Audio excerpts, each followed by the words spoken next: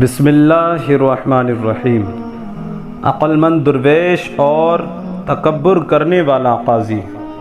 ایک غریب پھٹے پرانے لباس والا فقی عالم قاضی وقت کے بنگلے میں سب پہ بیٹھا تھا کہ قاضی نے اس کی طرف گھور کر دیکھا اور دربان نے اس کو گریبان سے پکڑ کر اٹھایا۔ تیرا مقام یہ نہیں بلکہ پیچھے ہو کر بیٹھ، یہاں سے نکل جا، ہر شخص صدارت کے قابل نہیں۔ جب تجھ میں طاقت نہیں تو دلیری کیوں دکھاتا ہے؟ درویش عالم وہاں سے اٹھ کر نیچے آ گیا۔ قاضی نے بھرے دربار میں ایک پیچیدہ مسئلہ چھیڑ دیا جس کا جواب کسی کے پاس نہ تھا۔ آخر وہی فقیر عالم بڑے رعب سے جھاڑی کے غراتے ہوئے شیر کی طرح بولا، دلیل نہیں ہے تو رگیں کیوں پھیلاتے ہو؟ اس نے جواب جو زبان کھولی تو علم و حکمت، فصاحت و بلاغت کے دریا بہا دیے اور لوگوں کو مسئلے کا حل ایسے سمجھایا جیسے انگوٹھی میں نگینہ فٹ ہو جاتا ہے۔ بڑے بڑے حیرانوں شدراہ گئے اور پھر اس نے اس مسئلے کا روحانی پہلو جب بیان کیا اور ظاہر سے باطن اور مجاز سے حقیقت کی طرف بیان پھیرا تو ہر طرف سے آفرین کی آوازیں آنے لگیں۔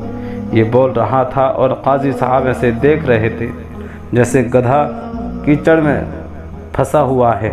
آخر کار قاضی نے اپنی پگڑی اتار کر اس کے سر پر رکھ دی اور عزت و احترام سے اس فقیر عالم کو اپنی جگہ بٹھا کر کہا، ہم آپ کی قدر نہ پہچان سکے، ہمیں معاف کیجیے، ایسے عالم کو اس طرح کے لباس میں نہیں ہونا چاہیے۔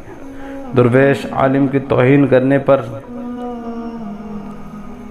دربان دوڑتا ہوا آیا کہ معذرت کریں، مگر عالم فقیر نے اس کو ڈانٹ کر کہا، پیچھے ہٹ جاؤ، اور یہ پکڑی، اس میں تو سارا غرور بھرا ہوا ہے جس کی وجہ سے قاضی نے مجھے سب سے اٹھایا دیا۔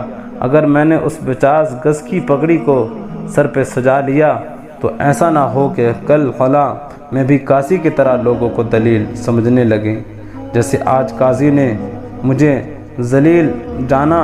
جب لوگ مجھے مولانا اور صدر صاحب کہیں گے تو میرا دماغ کیوں خراب نہ ہوگا؟ لہٰذا میں اس کے بغیر ہی، بھلا پانی اگر صاف ستھرا ہو تو چائے پیتل کے کٹورے میں ہو یا مٹی کے پیالے میں، اس سے کیا فرق پڑتا ہے؟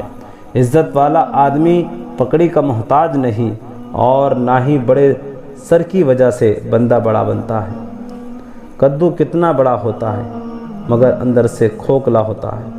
جو پگڑی اور مونچھوں کی وجہ سے تکبر کرتا ہے، کیا وہ جانتا نہیں کہ پگڑی روئی کی ہے اور مونچھیں بدن کا خاص؟ تو کیا ردی اور گھاس اس قابل ہیں کہ ان کی وجہ سے تکبر کیا جائے؟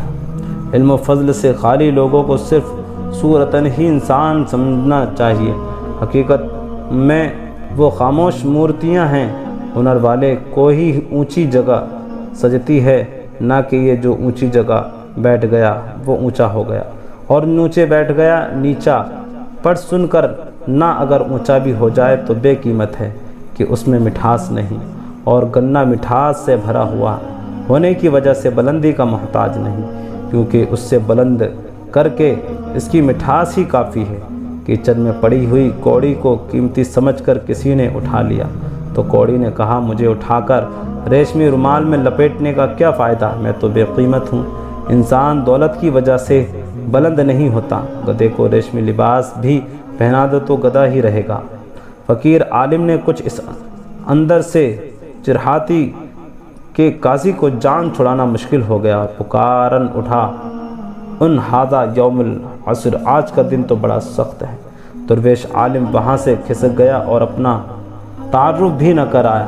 بعد میں لوگ کہتے رہے، کیا بلا تھی کہ سب کو ذلیل کر گیا، بڑا تلاش کیا نہ مل سکا۔ آخر کار ایک نے کہا، ایسا شخص اس شہر میں سعدی ہی ہو سکتا ہے۔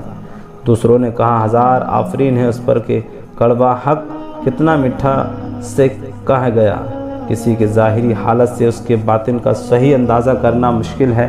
ہو سکتا ہے ظاہر میں پھٹے پرانے کپڑوں اور علم و فضل کا پہاڑ ہو، اور عمدہ لباس والے علم سے خالی اور جاہل مطلق ہوں۔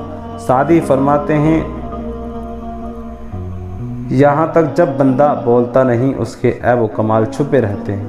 یہاں پر اختصار کے ساتھ علم کی عظمت کو بیان کر دینا نہایت ہی مناسب رہے گا۔